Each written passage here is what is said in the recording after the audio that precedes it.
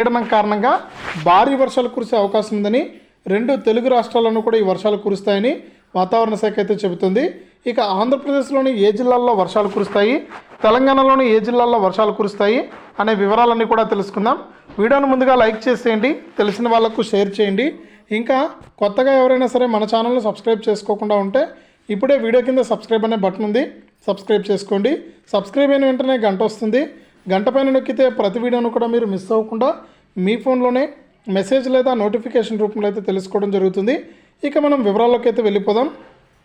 మన ఆంధ్రప్రదేశ్ మరియు తెలంగాణ రాష్ట్రాల వ్యాప్తంగా ఎవరైతే రైతులు ఉన్నారో వారందరికీ కూడా తెలంగాణ ప్రభుత్వం అలాగే ఆంధ్రప్రదేశ్ రాష్ట్ర ప్రభుత్వం ఎల్లో అలర్ట్ అయితే జారీ చేసిందండి.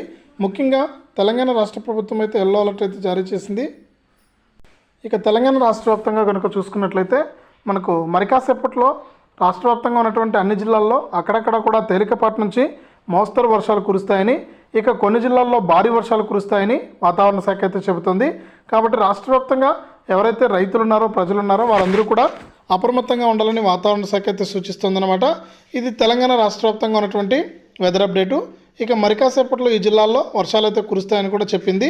ఇక రెండో చూసుకుంటే తెలంగాణ విషయానికి ఆంధ్రప్రదేశ్ విషయానికి కనుక వచ్చినట్లయితే ఏపీ రాష్ట్ర వ్యాప్తంగా కూడా మనకు ఇప్పటికే ఉత్తర కోస్తా, దక్షిణ కోస్తా, రాయలసీమ జిల్లాలో అయితే వర్షాలు అయితే కురుస్తూ ఉన్నాయి.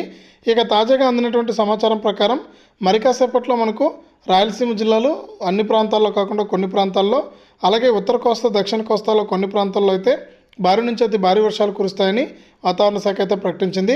ఇక రైతులు మరియు ప్రజలందరూ కూడా అప్రమత్తంగా ఉండాలని అప్డేట్ అయితే తీసుకొచ్చింది. ఇది